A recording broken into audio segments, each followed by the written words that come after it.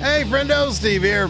And Larson. And welcome back to Going In Raw, the only pro wrestling podcast you need to be listening to. On today's episode, we're going to be talking about AEW's Dynamite, the first episode of Dynamite after Revolution. So we get Revolution Fallout, a couple new feuds being set up. We got a title change. And of course, we were there in attendance, so we'll talk about our time there at AEW Dynamite. We got a little bit of news, but first want to say, hey, thanks to the Friendos for showing up at the Friendo meetup. Everybody that we were there at the show that came up to us was like, hey, everybody's so nice.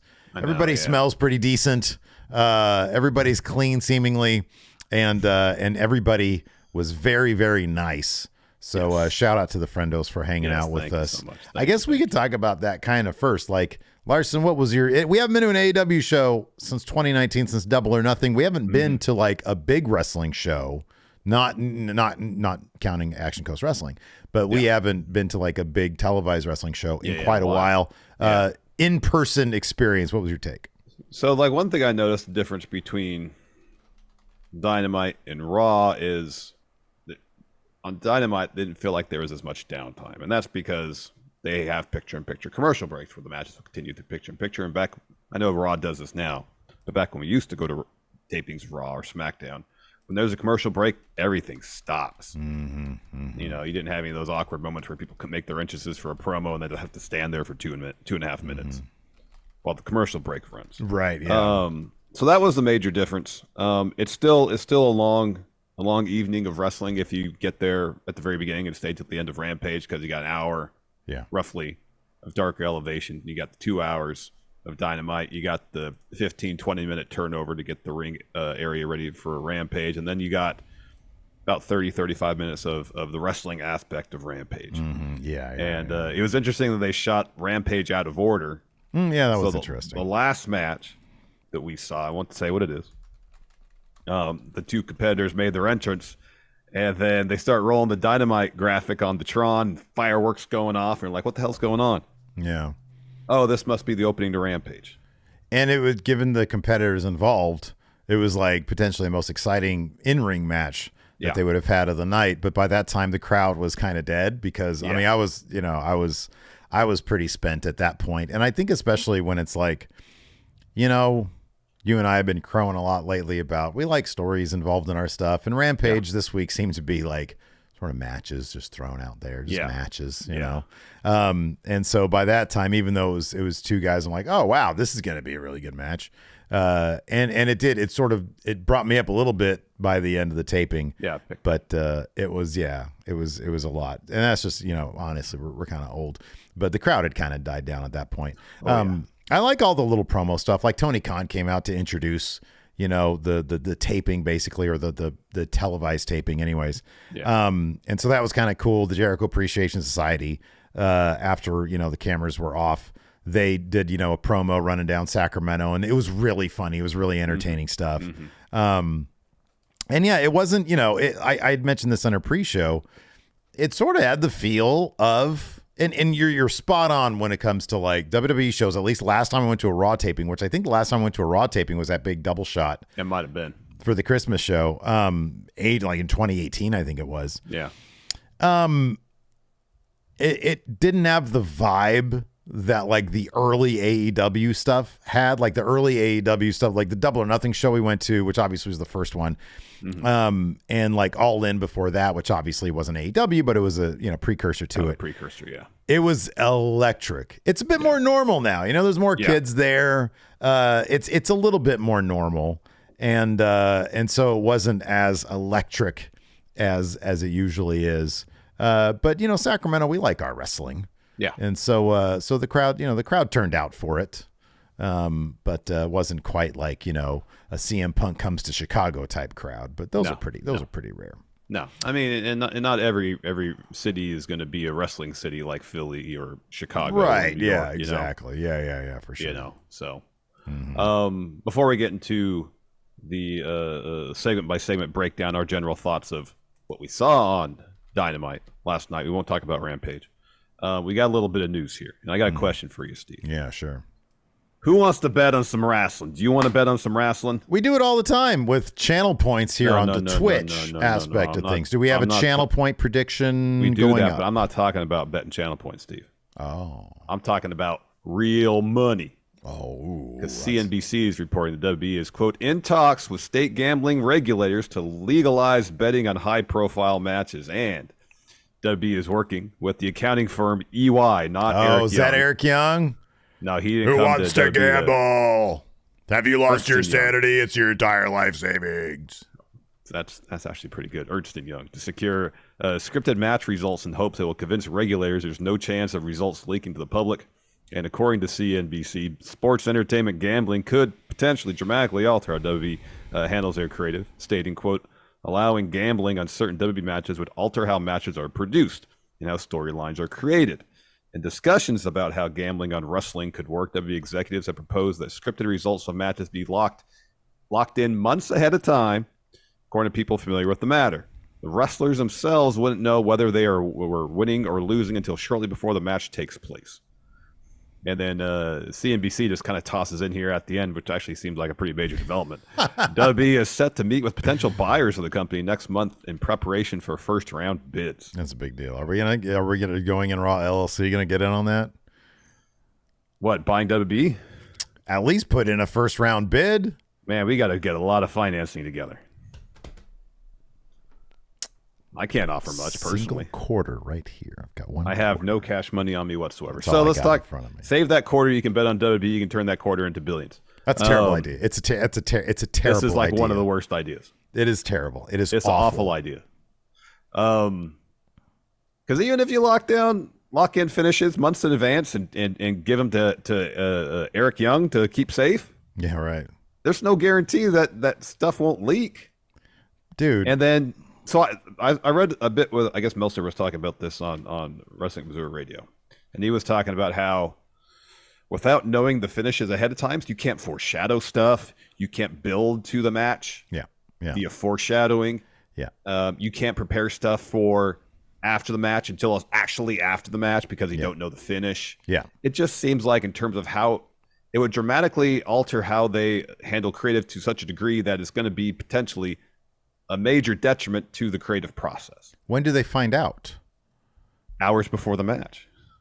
That still won't preclude a bunch of people finding out. I mean, I guess if betting closes day of or like the day before or something, injuries happen, all sorts of stuff happen. This is asinine. They can't, like, they might try to find a way. They might be successful. This is asinine. The wrestling created, even from a couple outsiders like you and I, this is stupid. Like, I don't like, this is incredibly silly to freeze out important people from the creative process. Like, what's happening? I mean, look, we've heard people will show up day of and find out they're winning the title. And I get that, but like, I don't know. This seems really, really silly. It kills the ability also to make one of the positives, Vince McMahon showing up and torpedoing natural finishes of storylines, which should be going in one direction and then completely changing them. It might preclude him from doing that. But it, if they have to be locked months in advance and you see an opportunity to do something that would benefit the crowd reaction even more, changing the finish of a match, it precludes you from doing that. Yep. Like, I don't know, man. Maybe if it's like a matter of they take the SummerSlam main event, the Money in the Bank winner, a couple different things that are sort of maybe in a vacuum when it's like, last year at WrestleMania, Brock versus Roman, right? Mm-hmm. Mm-hmm. They build to that. It's like, okay, they know that, like, they're going to know they can know the winner of that match well in advance. Because we all knew what was going to happen. And then you put bets on it. I guess there is some universe in which this could work. There is some way in which this can work as long as they keep it to like a very few number of matches per year. Yeah. It can't be an entire card. That's impossible. Right. Yeah. That's impossible. You can't do that from a creative standpoint. And trying to convince regulators that you can secure the results months in advance and keep that out from getting out. Wildly optimistic. No, you're absolutely right. But that's the other. Yeah, that's the other more aspect likely that results are going to get out if their decisions are made months in advance. Yeah, I know. I know. That's the other thing is like, okay, let's say you limit it to. I mean, how many people is it possible to? So what's the minimum number of people that need to be in the loop? Well, you think you got the creative writing staff. What, 20, 30 people? No way. Yeah, that's not gonna happen. That ain't gonna happen. You got Bruce Pritchard. Heyman mentioned around 10 people. Heyman mentioned around 10 people involved in the Bloodline story. Yeah, that's just one story. You got producers for matches outside of creative. You got Triple H. You got Nick Khan. Yeah. So we're talking probably close to 30 people. You would not even talking about wrestlers yet. Even if you slice it in half and you say it's 15, it's still a lot. That's still kind of a lot of people, you know. And I don't know. This is. But I guess that's 15 people. You can just sort of keep an eye on their bank accounts. But I don't. And on top of that, there is a threat of, I guess I don't know what the insider trading equivalent in gambling would be because it's not like stocks. But there's got to be some amount of there's got to be some sort of criminal regulation statute or right, something which says for knowing the outcome of something and you bet on it for your own gain in advance. That's criminal. Yes. Yeah, but this is kind of nuts. I'll be honest. This is kind of nuts. Yeah, this seems pretty ridiculous to try to pursue something like this. I don't understand. I don't get it. I don't get it. Anyways, do they stand to make like an ass load of money on something like that? So I mean, I would think maybe that if they get this legalized and I would think probably the most likely scenario is not so much, like sports books in Vegas, WWE wouldn't stand to benefit from it. But you look how, like, for example, the NFL has a partnership with DraftKings. And I'm guessing the NFL benefits from that. That partnership. Yeah. That would be my guess. For DraftKings, for example, to potentially be the official betting partner of WWE. Yeah, right. Yeah, that would make sense. Yeah. Then that's how WWE would benefit from it, I would guess. Yeah, probably. I mean, they probably make a ton. I mean, if they're actually exploring this and they would put them in such a pinch, it would compromise their creative process to such a degree. It would have to be worth it. Yeah. It'd have to be like a boatload of money. Yeah. So yeah, dude, I don't know. I mean, yeah, I don't know. I mean, do you think they're doing this at all to, like, I don't know, sweeten the pot for suitors? Like, hey, this is an idea that we're exploring that could make you even more money. I don't know. It seems like a potential minefield of this issues. I feel like this would run people away. Yeah, I know. It's like, I don't want any part of that. That sounds stupid. It's like what essentially what you're asking people is to bet on movies. Right. That's exactly what it is. Yeah. Yeah. Exactly. And it doesn't make a whole lot of sense. No. Good Lord, could you imagine the pressure on referees? You better get this one right. I know. You can't have that, like, remember the WrestleMania 19 main event? I was like, wait, Ronda, what is she getting pinned now? What's happening right now? Yeah, and they're like, ooh, I know. What's happening? I know. The number of matches where there've been botched finishes where someone got pinned and they weren't supposed to. Yeah. Gosh. Yeah, my goodness gracious. Gosh. Sheesh. That'd be a mess. Let's talk Dynamite. We were there. I didn't watch the broadcast back. I watched a bit of it. I watched a bit of it. We didn't really miss a whole lot, Yeah. Traditionally, historically speaking, for AEW, the post pay-per-view Dynamites are not only a creative reset, but it's kind of like, let's do something to kind of freshen things up. Yeah. And if you had a debut at a pay-per-view, then that person would generally be on Dynamite and kind of state why they're there, start getting involved in something. And if we go back to our discussions about AEW's creative woes prior to Revolution, even had a video on Friendo Club asking or saying AEW is broken. If we go to last night's Dynamite post pay-per-view edition, have they addressed any of those issues? At first, right now, based on what we saw not only on Dynamite and spoiler-free Rampage, I'm hesitant to say they have addressed many of those issues. overarching issues as far as how they approach creative. The stories are still largely motivated by, stories are set up to motivate matches and not much more. I was thrilled, absolutely thrilled that Will Hobbs won the TNT title. Mm-hmm. We saw him wrestle years and years ago at SPW. Yeah. He's wrestled around here. It's great to see him coming to AEW, like working the YouTube shows, mm-hmm. and now he's TNT champ. That's awesome to see. Yeah. But when his victory, or he's helped the victory thanks to QT Marshall, and I know they had some dealings back when Hobbs was feuding with Ricky Starks. Mm-hmm. And you can say, look, that's long-term storytelling. The issue with that, though, is the issue that existed then, is that QT Marshall, since we've seen him on AEW TV, has been largely ineffective in doing anything.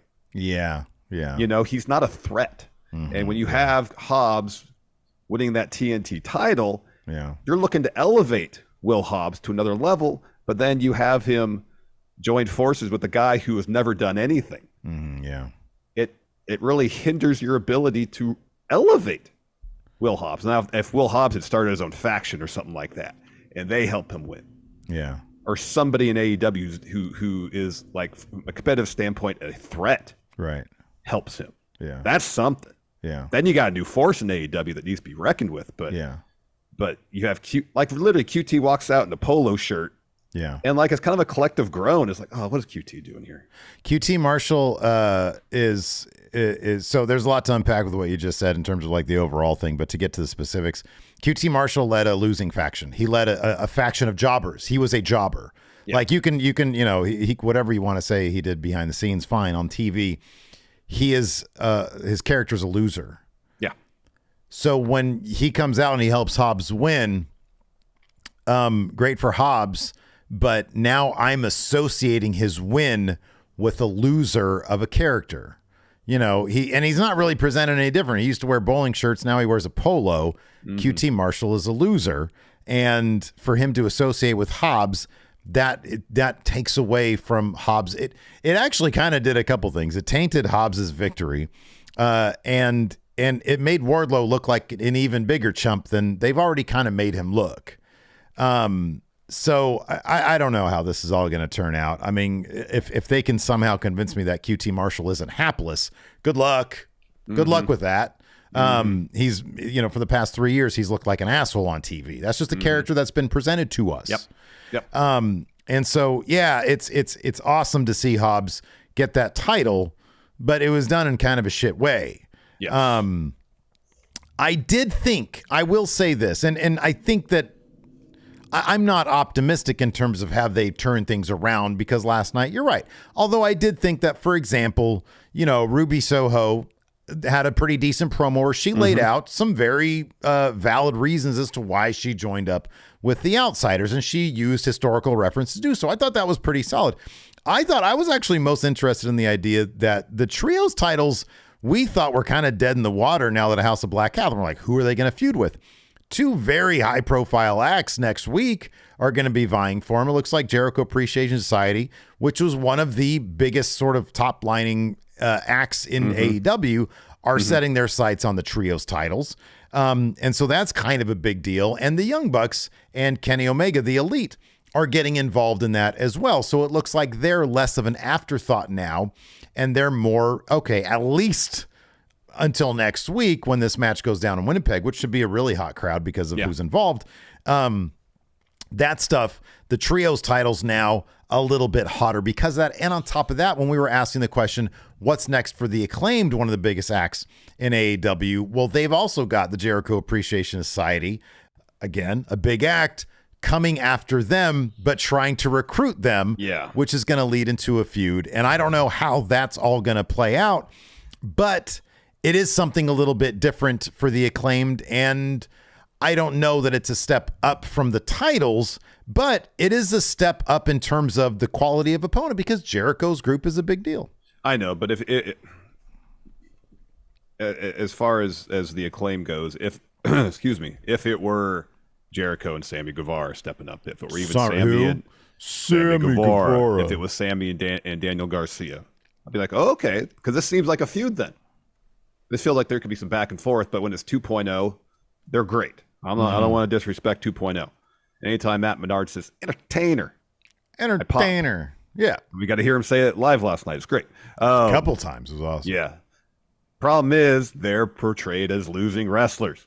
The Acclaim should wipe the floor with them. Well, yeah, I know, but this is sort of a glass half full, half empty thing. I see it as a bit more half full because you got Jericho potentially involved in trying to recruit the Acclaimed, and so that to me, I know it's going to end up in a feud, but their involvement with Jericho Appreciation Society, who, by the way, make good points. They are very much sports entertainers. And if it was Jericho making those points, I'd be more intrigued. And who's not to say it won't lead to that. It could, but which he might be doing on Rampage, because we saw, not to be too spoilery, but the Acclaimed had a match on Rampage, and Jericho Appreciation Society made their presence known. Jericho's on commentary. Yeah. So if you get some vignettes with the Acclaimed and Jericho specifically, then I think that, your concerns would be a bit more alleviated and feel like a bigger deal. But I see what you're saying, like simply 2.0.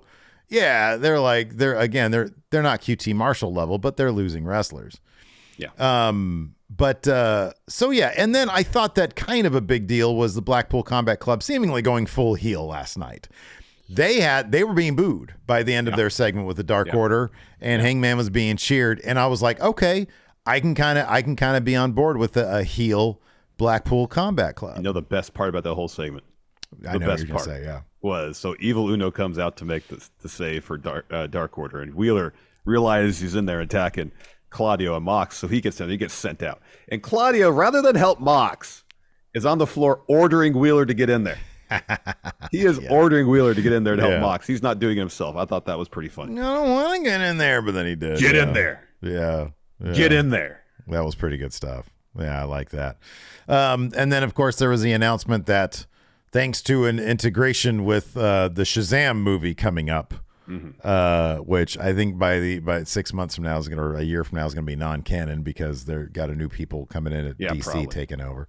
But to hype up that movie, they're for some reason they're changing the name from the AEW All Atlantic Championship to the AEW International Championship, which just seems like change for the sake of change. Is this what it's like when I come to you and I'm like, hey man, I want to change blah blah blah blah, and you're like, that doesn't really. Sometimes I just like to change things. Is that what it's like? You're like, why are you doing that? It's not like it freshens up the title or anything. No, well, I don't know, because I thought they were gonna have a new belt with it. They are, yeah. Apparently, according to Fightful, they had the new title made up a little while ago. So it's a brand new title, taking over the old title. So it's not just a fresh coat of paint; it's a brand new thing. Okay, so what? The lineage. This is what bugs me though. The lineage just sort of all these title defenses of Orange Cassidy. They just sort of disappear, or is it going to be like the same title that gets? It's going to be the same lineage, new title. Same lineage, new title. Yeah. Yeah. Yeah. So it's the same title with a new name, is what you're saying. Because the title is the lineage. The title is the new belt. lineage. It's a new belt. Well, yeah, not just a new name. The WWE title. They're not going to put a sticker over the All Atlantic part for international. I don't Impact did that once, I think. I know they did. I know they did, Steve. One thing I want to bring up. I saw a tweet today that said, I'm gonna paraphrase, and I apologize. I don't remember who it was from, but I thought it was an interesting point, so I'll bring it up. And if you know, whether it's someone here in chat or watching on VOD knows who it was, then please say who it was in the comments.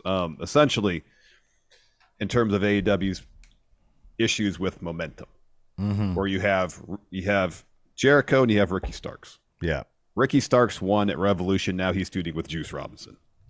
Oh God, yeah. And then you have Jericho, who lost that feud. He's contending for a title. Okay, so this is now I'm firmly on the half empty stuff, right? Yes, because there is some stuff to talk about here. Juice Robinson should be nowhere near Ricky Starks. That is totally true. Well, unless it's the rest of Bullet Club coming to confront Ricky. Right, which I was so excited. Juice's member, I guess he should be there.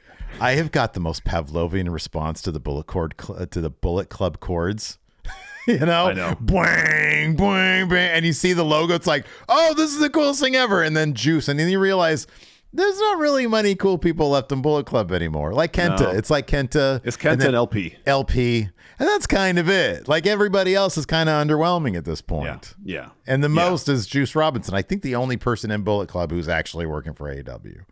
Yeah. Yeah. And like, I get that it's probably a feud that it's not probably. It's a feud Ricky Starks will win, and maybe it's only going to last all of 2 weeks. Yeah. But you really shouldn't have him come out there and say, so like, this is what he says, essentially. I keep getting asked the question, what's next? And he says, I don't know. In interviews leading up to his match with Jericho, and I think even afterwards, he was like, yeah, if I feel like if I beat Jericho again, that puts me towards or at the front of the line for another title shot. Even the crowd was chanting MJF. Yeah. Have him come out and say, my sights are set on another match with MJF becoming AEW World Champion at some point. Yeah. And then he gets interrupted by somebody who actually seems like a more competitive threat to Ricky Starks than Juice Robinson. Yeah. Yeah. He can say, hey, I just took down the guy who was, the first face of AEW, Chris Jericho. I took him out twice. Yeah. Now I'm moving on to become the new face of AEW. And then whoever also wants to make that claim, that's a little higher up on the pecking order than Juice Robinson. I know. Have Samoa Joe come out. I'll be honest. Yeah, no, that's a great idea. I swear I thought when Juice attacked Ricky Starks, I was like, oh, okay, that's going to be a Rampage match because that should be done this week. That feud should be done this week just to give him something to do. Sort of more striking to me in this episode when you're talking about post-pay-per-view Dynamites was the lack in person of MJF and Jamie Hayter. Yeah. The two world champions. Jade wasn't there in person either, although Jade is existing in a weird vacuum of competition anyways, where she said, we're going to go to Canada, so hopefully somebody from Canada will fight me next week. Yeah. But, we had in thinking back about this episode, I was like, this was like a Fallout episode. Remember the NXT Fallout episodes? Yeah. No, this wasn't that bad because we had live matches and new stuff happened. But like the world champion wasn't there. Next week we're gonna get his rebar mitzvah or something like that, which sounds cheesy as hell. Danielson was sad; he's going home, and then Jamie Hayter was nowhere to be found. It was just the Outsiders doing their thing. The Outsiders did their thing on Dynamite, and they did it again on Rampage. I was like, oh, okay, this is their opportunity to come make the save. Mm-hmm. Although I guess, if you think about it realistically, well, they didn't show up during Dynamite, so why would they show up during Rampage, They didn't make the save then, why make the save later on? But whatever. Yeah. But you'd think if they're going to continue the story, I guess maybe they just wanted to focus on Ruby this week.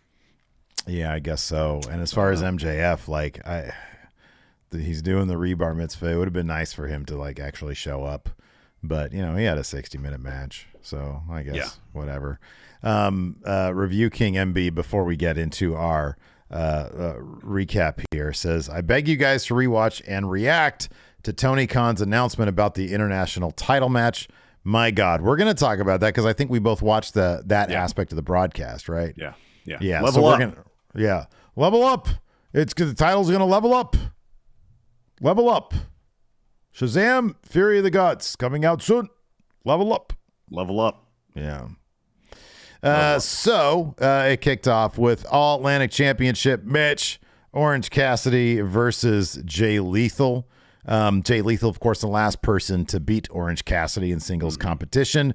Didn't quite go that way. This time I was sad when he comes out that both, be the best friends that stayed backstage and Jay Lethal's group were forced to remain backstage as well. I don't know if commentary said what the reason for that was. Maybe the refs were just like, you guys are too much. This needs to be too much going on out here. We don't want to deal with it. 1-on-1, please. Mm-hmm. Yeah, exactly. So solid match, though. These two, they were given plenty of time. Jay Lethal's awesome. I was starting a Let's Go Lethal chant. Unfortunately, the Lethal sucks chants were too much. Yeah, too loud. And they overtook Let's Go Lethal. So basically through this match, Jay Lethal is working over Orange's leg. And then Orange is working over Jay Lethal's arm, and it came into play during the finish when Lethal hits lethal combinations looking for a lethal ejection, and his arm gives out. He gets up. Orange hits him with an orange punch to get the win. Mm-hmm. Afterwards, though, so Jay grabs the Golden Globe and they get him out of the ring. Mm-hmm. Yeah. So everybody's distracted with Jay Lethal trying to hit Orange Cassidy with the Golden Globe. Jeff Jarrett comes into the ring, awesome. Hits Orange with the stroke, and then blasts him over his leg with a guitar. Yeah. And he comes over the sections to our left. Oh, yeah, on man. the little stairway there and poses and talks crap, and it was great. My favorite thing about Jeff Jarrett, so for example, when they were up on the ramp and like the refs were trying to keep him back, Pat Buck got a little handsy and he pushed him. And whenever Jeff Jarrett, even like with Caster's raps, Jeff Jarrett has just this stare. Like if somebody pushed him, he goes like this. Dude, the best. He doesn't really act. He just stares. What preceded that was, so there's a bunch of refs trying to keep him back. And he just kind of like walks around the refs and starts to make a beeline for the ring. Like they're not there. Yeah, right. Which cracks me up. Oh, man. Yeah. And then Pat Buck gets in front of him and then. It's so old school. It's so old school. And he looks around at the crowd. It's so old school, but he's so much fun. Yeah. So yeah, we're there, clapping for Double J as the rest of Sacramento doesn't quite appreciate cheering for Jeff Jarrett. I got it in the year 2023. As the kids say, I got it in 4K. I got that. I got him hitting the stroke, my camera going up, and you like, yeah, doing that stuff. So our vlog is going to drop over at the Friendo Club Wrestling channel hopefully this weekend. Yeah. After that, we see video. Yeah, sorry, I'll stop stepping over you. Go ahead, Steve. We see the video of Wardlow's car being broken into with his bags and the TNT title stolen.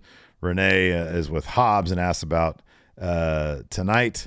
And he says, let me start by saying it's unfortunate what happened to Wardlow. You lost everything. Your life is in shambles. He says, look, would that happen to me? Not in this neck of the woods. You have one thing, which is being champion. But tonight, I'm going to take that. And he did take that. He did. And then we had Ricky Starks come to the ring for a promo. He says, wow, for 10 days I spent time in California, first San Francisco, now Sacramento. On top of that, I beat Chris Jericho. I'm having a hell of a week. Mm-hmm. Week after week, I took down the Jericho Appreciation Society. I took down Chris Jericho. I did on TV. I did on pay-per-view, and people are asking me, what's next? The answer is, not sure. But I will tell you, the question is not what I'm going to do, but where I'm going next. And then Bullet Club. Okay, hold on. Let me pause there. The question is not what am I doing, it's where am I going? Oh, does that mean Ring of Honor? Well, I don't know. That's what I was going to ask. Is what does that mean? I don't know what that means. Yeah, but couldn't he have explained that with the question, what am I doing next? Going to the upper mid card, hopefully. Well, yeah, okay. So enter Juice Robinson. So apparently he's going to the lower mid card now. Yeah, apparently. Yeah. So Juice comes out and hits him with like a reverse DDT, throws us some two sweets, and then we go to commercial off. We come back. Tony Schiavone is interviewing Wardlow. He's asked, what's going on in your mind right now, Wardlow? And Wardlow says, I had a lot of loss recently with my buddies giving me some clothes. And he's got an FTR tank top on. So they're still friends. So that's good to hear. So he suggests, hey, tonight, let's make it Falls Count Anywhere, no DQ. Says, I'm still the TNT champ with or without the belt, and no one takes that from me. Hey, let me ask you something. Yeah.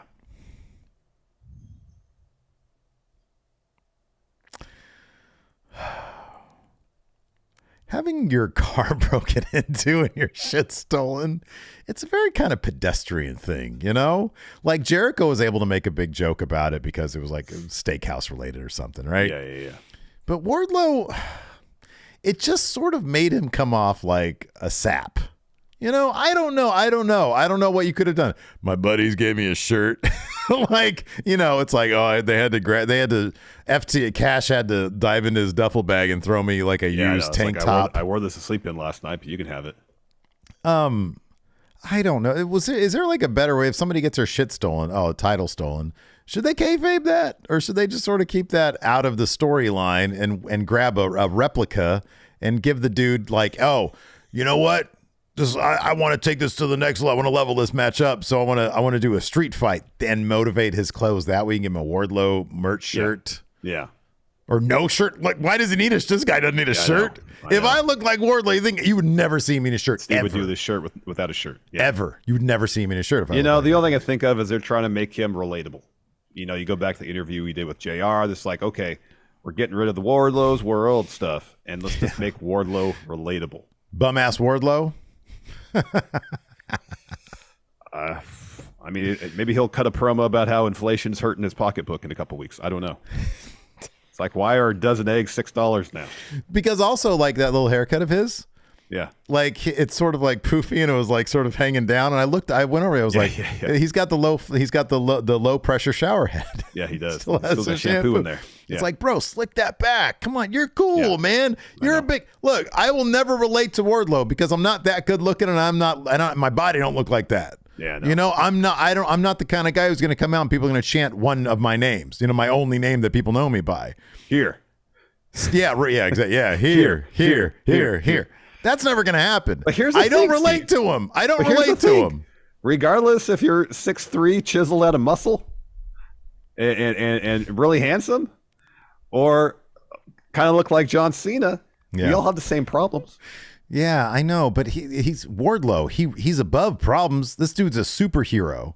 I guess, that's really the discussion. It's not so much I don't relate to Wardlow at all, because I think in some capacity there's a way you could probably relate to him, but it's more like, should we book Wardlow as a relatable human being? Like a normal person with regular idiot problems like me. Yeah. I've had a lawnmower stolen out of my car before. Yeah. It's actually happened. It happened twice. You had lawnmowers stolen from you twice, back to back, right? Yeah, I had a lawnmower stolen out of my front lawn, out of my front yard. And then when I went to buy the lawnmower replacement, I brought it and I just sort of kept it in my car overnight, and it got stolen too. Lawnmower TNT title. It's not that dissimilar. Can I be the TNT champion? No, the question is, should they book Wardlow like a relatable human being, or as an unbeatable force of nature? That's the question. Yeah. Mr. Dope got a kick out of that one. Oh, brother. That's a true story, too. Boy, that pissed me off. I remember that. By the way, cops did absolutely nothing. I filled out the online form, and they were like, oh. They don't give a shit. They're like, we don't give two for this. I remember my car got stolen from my driveway, and I was like, any chance we can get this back? You're going to find this? And they basically laughed. Yeah, right. Yeah. And like we found it the next day. Mm-hmm. I don't even think they fingerprinted it. Yeah, I don't think so. Dang, dude. It's like that scene in Lebowski. I know. Yeah, we got leads. He's like, I thought maybe you have some leads. Leads? Oh, yeah, we got the whole department working overtime on it. Leads. Oh, man. So, yeah, I don't know, man. The whole thing, it's like, golly, just make this guy a star. Like, make him look like a star. Yeah. Remember when he was rolling with MJF? He was like the suits. It's like, you got a contract with AEW now. Get the suits back. You look like $1 million. Don't reference the title getting stolen. Don't do any of that shit. Be the person I aspire to be, not the guy that might be living next door. Hey, Steve, I got my car broken into. Sorry, Wardlow. Anyways, so next we got a Ruby Soho interview with Renee. She asked why. Why did you join the Outsiders at Revolution? She says, I mean, I think it's obvious. I don't think it should come as a surprise. You all created this monster. Let's run it back. My very first title match was a Grand Slam against Britt Baker. When she beat me, these people were thrilled. Fast forward, semifinals of the Owen tournament. I faced Chris Statlander. You all love Statlander, right? But after I beat her, you booed me out of the damn building. Mm-hmm. So then we get to Revolution when your favorite homegrown star, Jamie Hayter, pinned me. I realized then that no one has ever come to my defense or be mad when I lost, and no one at AEW is going to appreciate me. I'm not the only one. Toni Storm was disrespected since day one. Yeah, so much so that when she was champion, you called her interim champion. Mm-hmm. And you begged Saraya to come out of retirement. And then, as she says, you neck-bearded trolls, I think she should use the term mouth breathers too. Turned on her at a moment's notice. We have been outcast since we started. We came to rebuild the women's division, but you can't build on a broken foundation, so you got to destroy it all. The broken foundation of little shits in the back, the rookies in the back, you're all entitled. Speaking of which, let's bring out Sky Blue. Yeah. And that match was next. Yeah. Fairly competitive bout, but Ruby Soho got the win here with a Destination Unknown by a little bit of, little heel moves, pulling the hair, and hit the Destination Unknown, got the win here. After the match, Saraya and Tony come out with their cans of spray paint. Tony holds sky blue still as Ruby starts to paint an L. Willow's music hits. She comes out. And so Ruby's like, "Hey, Saraya and Tony, just chill out. Let me talk to Willow." But no, the talking didn't really help because Tony and Saraya, they leave the ring, but they come back around from behind and they attack. And then Ruby hits a No Future on Willow, and then they both spray paint her with an L, and all raise their arms, very happy with themselves. Yes. Then we're in the back. Hangman is getting interviewed by Renee. He's got a black eye. He's all busted up. He's got scrapes on his head. All busted up, man. Yeah. So she asks how he's doing. He says, physically, I've been better, but my mind, my heart, my soul are fine.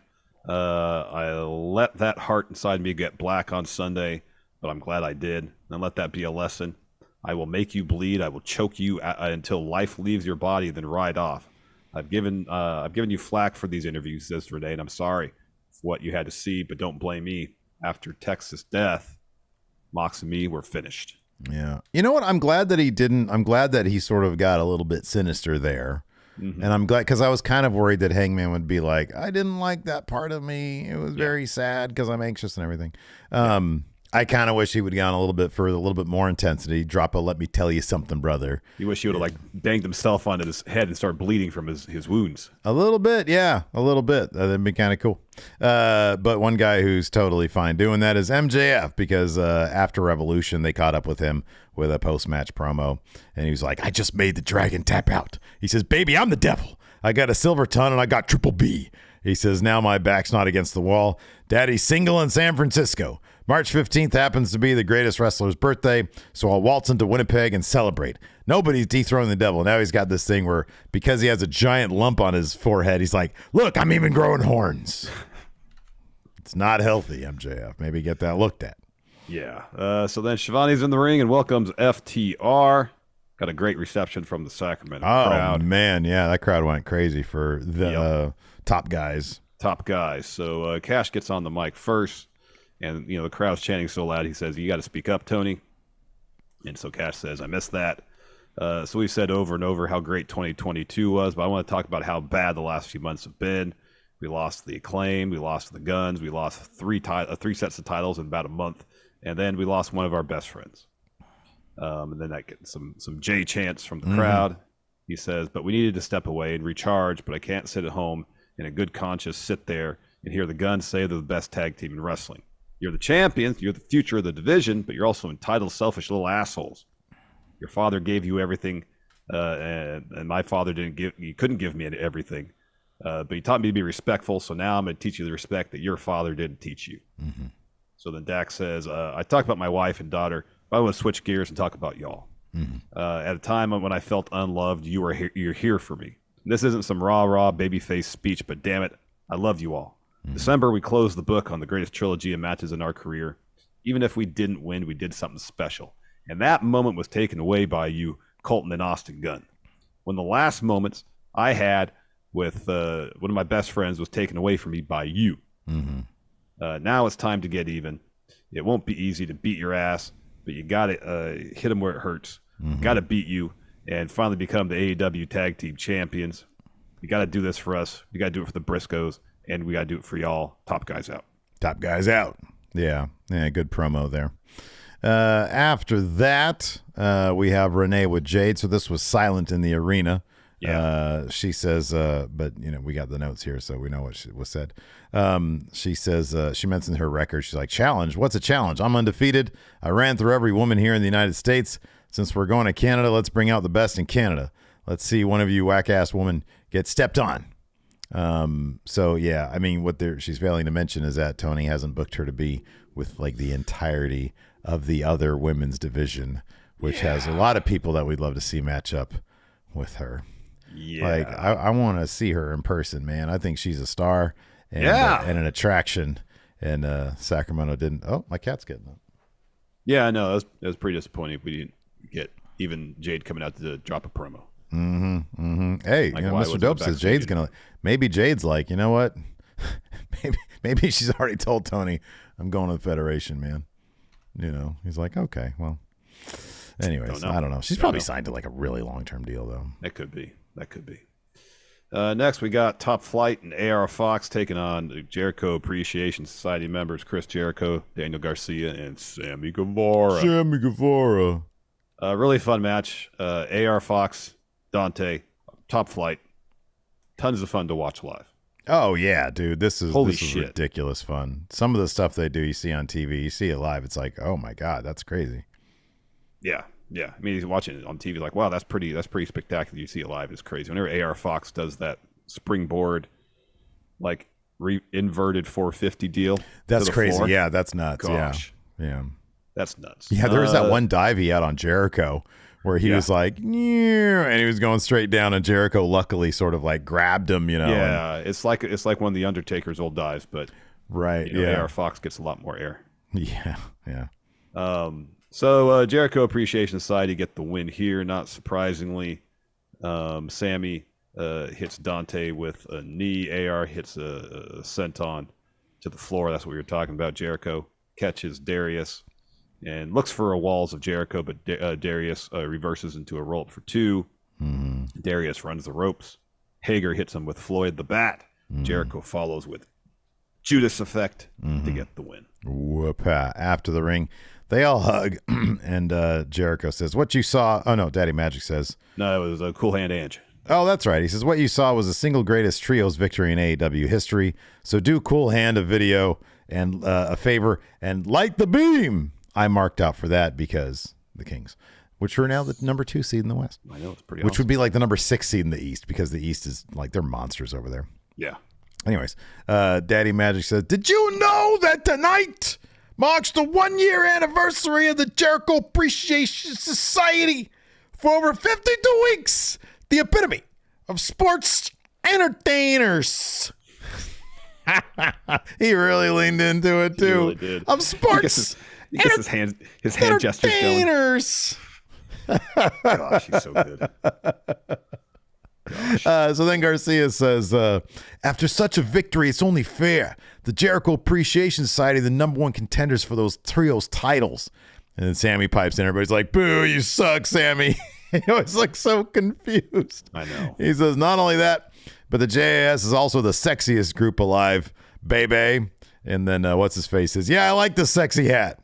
And then Jericho says, so like we said, we're deeming ourselves the new number 1 contenders. So House of Black, turn out your lights, do one of the greatest entrances in wrestling, and get out here now. Lights go down. Yes. But instead of House of Black, Larson, what we get? We got the Elite. Carry on, my wayward son. So Kenny's on the mic, and he goes, oh, hi, Chris. He says, for 3 years, we stayed out of your way. You and got involved in our business. I think that's out of respect. But when you talk about, he's about to carry on, but then Don Callis comes out and snatches the mic for him and cuts him off. Ooh, yeah.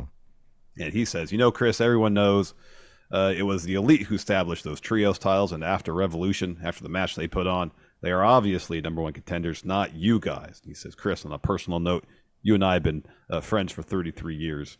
I agree with those who say that you're one of the greatest of all time. Unfortunately, you're only the 2nd best wrestler from Winnipeg.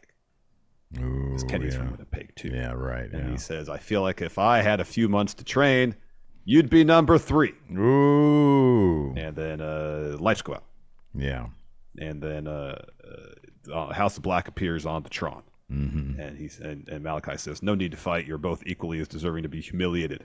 Next week, if you want these. And the lights come back up, and Steve are like, why did they cut the promo off early? It seemed like he had more to say, but no, they were there on the floor, and Malachi has a mic, and he says, come get them. It was pretty impressive how they did this live because the lights really did go out, and everybody was paying attention to the screen. So there was an audible gasp when the lights come back up, and they're just there. Come get them. So you had Brody in front of the Elite staring them down, and then you had Malachi and Buddy staring down the JAS. Yeah, And so everybody backs off, and lights come down. House of Black, they teleport out. Yeah, it was pretty effective. And House of Black got a huge pop. They got a big pop. Yeah. Big pop. Huge. Yeah. Would have loved to have seen a match with them live. Oh, heck yeah. So after that, we had Tony Khan with an announcement. So they didn't play this live in the venue, but we watched it on TV. Level up. Level up. It's time for the Level Up Championship. Okay. So Orange Cassidy requests an open challenge against Double J next week for the title. It's a 5th and final defense on international soil. Next week, with Warner Brothers, with Shazam in Winnipeg. These notes are funky. He says next week with Warner Brothers, with Shazam in Winnipeg, and now the AEW International Championship. They have a Jarrett Orange Cassidy and Shazam mashup video play. Well, he didn't say that. That's what happened. Yeah. So there's like a video played. So basically, some sort of ad integration between Warner Brothers Discovery, who's releasing Shazam, and they also have owned TBS and TNT. So they are doing this with AEW to rebrand the title the International Championship. I guess it could be worse. It could be like, the DC Comics Championship, which I would actually pop for, but generally speaking, it's probably not a great idea. Yeah. Or the Shazam title. I don't know. Like if they dress up like Shazam and whoever. I know Black Adam is supposed to be the bad guy, but I think in this case it's like, I forget who's playing the bad guy in this. I have no clue. Yeah, I don't know. No clue. So yeah. Yeah, that happened. Level up. They're gonna level up. This title is that like the catchphrase of the movie? Level up. Maybe the idea is when Shazam Shazams, he levels right up. When he Shazams, he levels up from like normal kid to like Zachary Levi. Is that his name? Yeah. That guy's got he's yeah. Anyways, after after that, let's talk about Bryan Danielson. Sad Bryan Danielson. Yeah, man, he's beat shit. Were there actual violins playing during this thing? Not. I swear in my head, there's like violin music, like so he's on the floor, sitting on a floor after his match at Revolution. He says, I always thought I was doing this for my kids. I wanted to teach them if you love something, fight for it. Mm-hmm. What I realized is that Max was right. My whole career has been about never giving up. Mm-hmm. It's what I thought was best, to fight and fight and fight. When I woke up in that label lock, my first instinct was to fight. But when I realized I couldn't feel my arms, and after Max said, after this match I wouldn't be able to play with my kids, and he was right. I was putting myself before my family. More than tapping out, that made me more ashamed than anything else. I think it's time for me to go home. Sorry, I forgot that I had done this. In Steve W, we did a Shazam impersonator versus a Superman impersonator. I remember that. Tony V says TK should hire Shazam impersonator. Yeah. Yeah, I thought this was an effective video. It was very sad. It was very sad. He did a great job acting. So I guess he's just going to take a break for now. Seems like it. Seems to be the case. Yeah. So Blackpool Combat Club comes out to a cacophony of yays, but they ended up leaving this match with a lot of boos. Yes. So the Dark Order and Blackpool Combat Club, Moxley and Claudio, have a match. And this is a fairly competitive match. Claudio is so impressive to see in person. You and I were talking about how much he just looks like some sort of anatomical exhibit, like the muscular system, because like you could see every fucking muscle, the striation of every muscle. You can see. Yeah. It's impressive. Yeah. It really so anyways, the finish sees Mox, hit a roundhouse, but Silver knocks him down, starts hammering down some shots. Mox tries for a triangle. Silver blocks it with his submission and hits some knees to the head. That was great. That was awesome. Claudio breaks that up with some uppercuts and taunts Silver a little bit. Reynolds and Silver hit a double team uppercut and that crazy combo stuff they do. But Mox is able to block the stunner with a rear choke and then dumps Silver with a half and half. Mox locks in, what is this? A Darcy choke? Yeah, something like that. Okay. And then Reynolds ends up tapping out. I think that's when you said, did Mox just invent a new finishing move? Yeah, because it wasn't the Bulldog, which we were used to seeing. Instead, it was like a choke from a different angle. I'm like, is he just making something up here? So anyways, regardless of what he made up, Reynolds tapped out. Oh, apparently it's a real move. It's got a name. Or Chris Garrick's just made this name up. I don't know. No, I saw this referred to as that elsewhere. There you go then. So he made up the Darcy choke. Named after Marcy Darcy from Married with Children. After the bassist from Smashing Pumpkins. There you go. Yeah. So after the match, he really locks in the choke. Didn't he like transition to a bulldog? I thought he transitioned. Yeah, he did. He put on a bulldog. Yeah. So, anyways, they're being dicks to the Dark Order. Hangman comes out. The refs break that up. Well, actually, no. Is when Uno comes down. Oh, yeah. Yuta, and that's when Claudio is ordering Wheeler to get in the ring. Yeah, beef mode comes out, man. Yeah. Freaking Uno with all that beef comes out. They go at it. So then, like, Hangman comes out. The refs break it all out, break it all down. So he comes to the ring. He tells Mox, get out of my way. Yeah. He says, get out of the way. I don't want to deal with you. And so he looks over the ropes to check on Reynolds, I think. And then Claudio blasts him. Yeah, because he realizes that he's surrounded now. He's like, okay, are you guys going to be cool or not cool? And they end up not being cool. Yeah. Claudio, doles out an uppercut there. And then brawl breaks out. And then a brawl breaks out. Combat Club leaves, So interesting there. I just realized August 3 here, super chat in our in YouTube says Mox never bled in that match. That's totally a heel thing.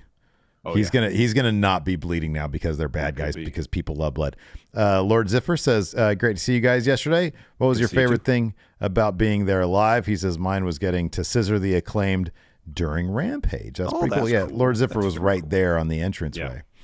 Favorite thing about being there live? I think I'd mentioned this during the pre-show. It was Jericho's promo to close the entire tapings. I thought it was really entertaining. Yeah, it was pretty funny. Then we're backstage. We get an Acclaimed interview. Bowen says we're on the road back to the AEW tag titles, and that happens in Scissormento. 2.0 walks up and says, everyone, even us, love the Acclaim. You know who else does?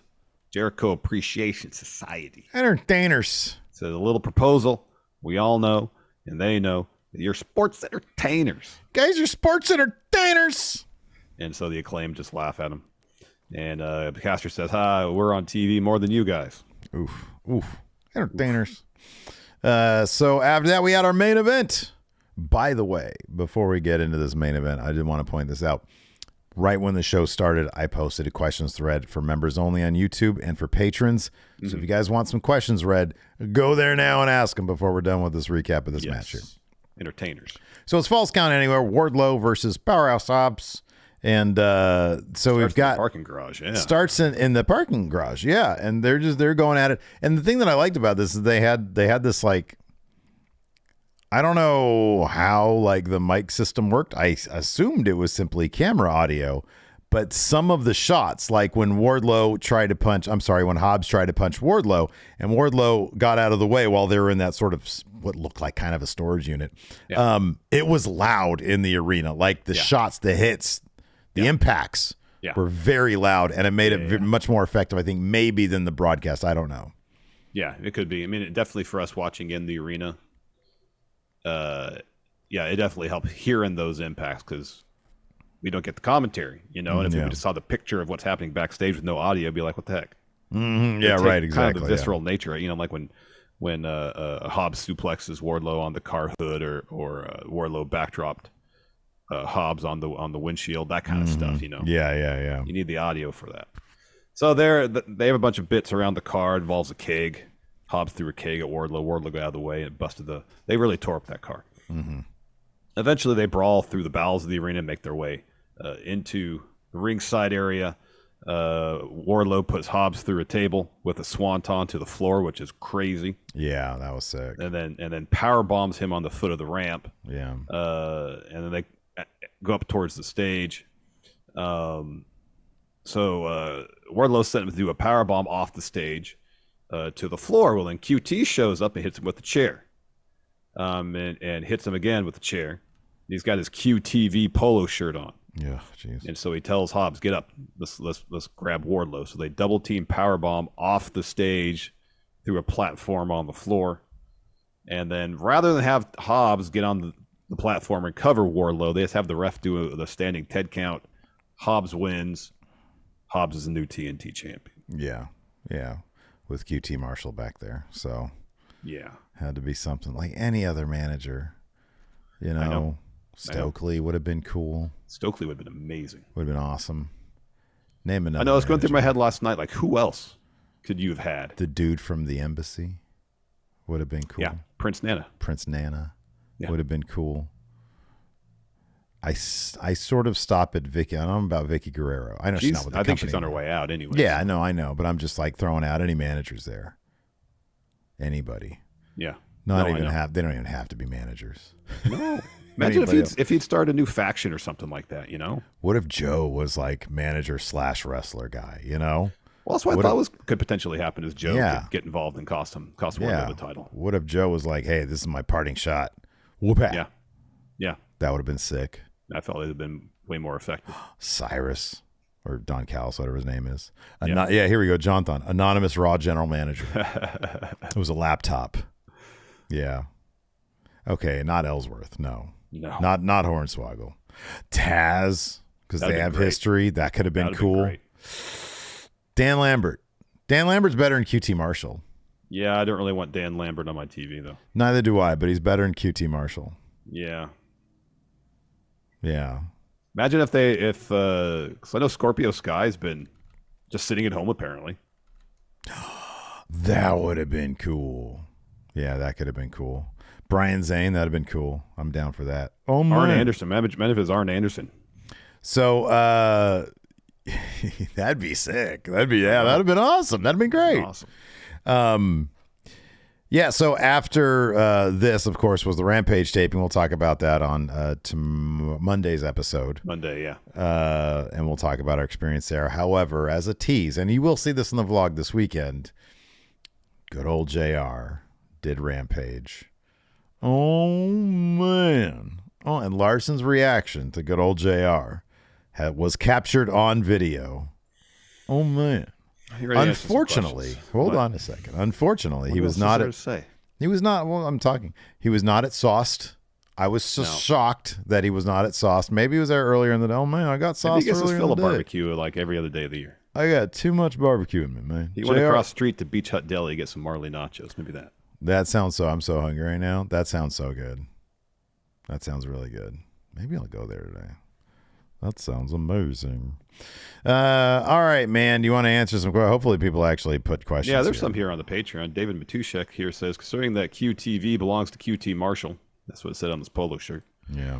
Do you think his gimmick could work? Will he be acting as Hobbs' manager? I don't know what the QTV gimmick is. I just saw the little vignettes they've been playing on TV, and it's on his polo shirt. Is it like video production news from the movie Nightcrawler? Oh, right. Okay, yeah. Yeah, I know. That's the thing. It's like, what has been revealed? What is QTV? What has been, hasn't it just been like the graph, like the logo? It's like, yeah, it says coming soon. Yeah. Yeah. So it's so lame. Here's what I'm hoping. Yeah. Here's what I'm hoping. This is all it is. They do a promo. QT is like, I owed you one from the Stark stuff. Yeah. We're even, right? Yeah. How about you give me a TNT title shot? And Hobbs like, okay, yeah, fine. That's totally cool. Right. And Hobbs annihilates him. Just destroys him. Yes. Yeah. Yeah. Joe Laura says, what if QTV is right-wing conspiracy stuff? Gosh. He looks like one. He looks like some of them dudes. I'm sure he's cool. Yeah, dude, I don't know. It does. It puts like a damper on the whole thing. It does. If it's a sort of situation where Hobbs is going to be just checking him all day long, that's fine, I guess. And then like after a couple weeks, he just like shoves him in the dumpster and moves on with his life. Yeah. Yeah. QAnon TV. Gosh. Eduardo Morales, with a super chat, says, what AEW wrestler do you want to see eat what food during a media scrum? Come on. It's Eddie Kingston eating Reese's Pie. Yes. Yes. So let's take that off the table. Might be too obvious.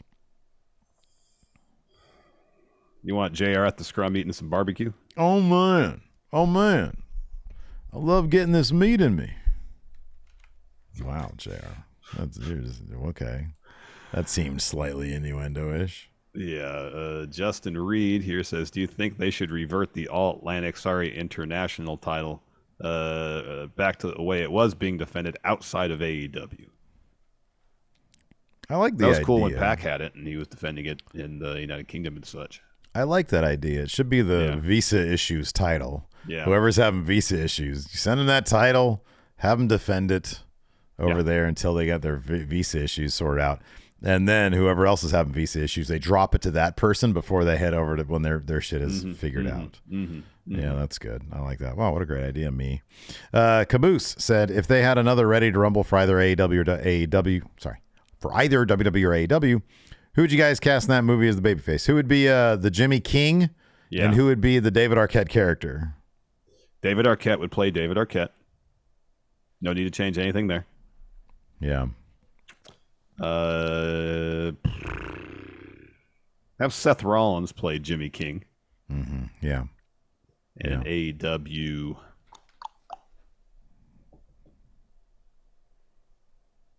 Yeah, Seth would be great as Jimmy King. Yeah. Yeah. Hank Walker as David Arquette's character. That movie would totally work with Seth Rogen in the role. Oh, it would. Like from years ago, like 20 years ago. Gosh, who's got like a huge personality like Seth? Because like if you have MJF in that role, I'm like, that's just MJF. Yeah, right.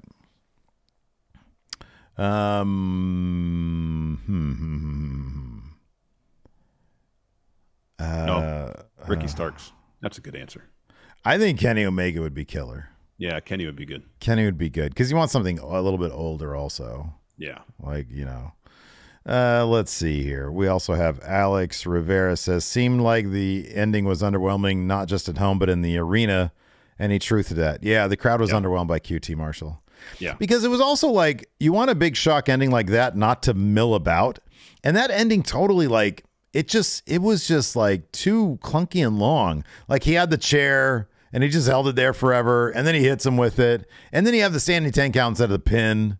Yeah. And it's like, okay, so they just waited around for the victory. It should be something more boom, boom, boom, decisive. Definitive, yes, and decisive. Yeah. And like the crowd was firmly behind Hobbs winning. Like Wardlow got basically, when his music started playing, got no reaction. Right. And then after the cameras went off, we should have mentioned this. Wardlow dropped a promo. QT dropped a promo. Hobbs. Sorry, Hobbs. Yeah, Wardlow, he went to Jesus. Hobbs and QT were in the ring. QT says, we're going to go to a city that doesn't suck, San Francisco. And people are like, yeah, okay, whatever. We don't even like you. Go away then. And then we just wanted to hear Hobbs talk. And Hobbs dropped, a heel promo on us. He wasn't giving us any love. And it was awesome. It was great. And then they left. Yep. Let's see here. Shock Charisma says, was there any funny or interesting things that the people watching at home didn't get to see? So I kind of mentioned some things. Tony Khan introed the tapings. We got to see lots of local NorCal wrestlers. Unfortunately, nobody that currently works Action Coast, but that's something for the next time Sacramento comes along. We did see a couple. We saw like Jordan Blue in attendance, but she didn't have a match. She works Action Coast. Levi Shapiro, who's been out here forever, he had a match on Darker Elevation. Jack Cartwheel had a couple matches. Starboy Charlie had a couple matches. A couple people from Best of the West I noticed. Some people from SPW. Some people from SPW were there. So everybody in NorCal except for Action Coast were really represented. But that's something we're going to work on. And then to end the entirety of the tapings, including Rampage, at the very end, Jericho Appreciation Society did a pretty entertaining, heel promo on us. They were like, "What does like to be mean, anyways?" It was pretty funny. It was good stuff. Yeah, it was pretty funny. B-Man here asked, Trish and Lita returned for a Mania tag match. He says, I think Jade will be challenged by Lufisto next week in Canada. Which former Impact knockout would you like to see return to the company for another run? A run. It'd be cool if Gail Kim could go another run. That'd be awesome. That'd be cool. ODB. Oh, that's a good answer. That'd be kind of cool.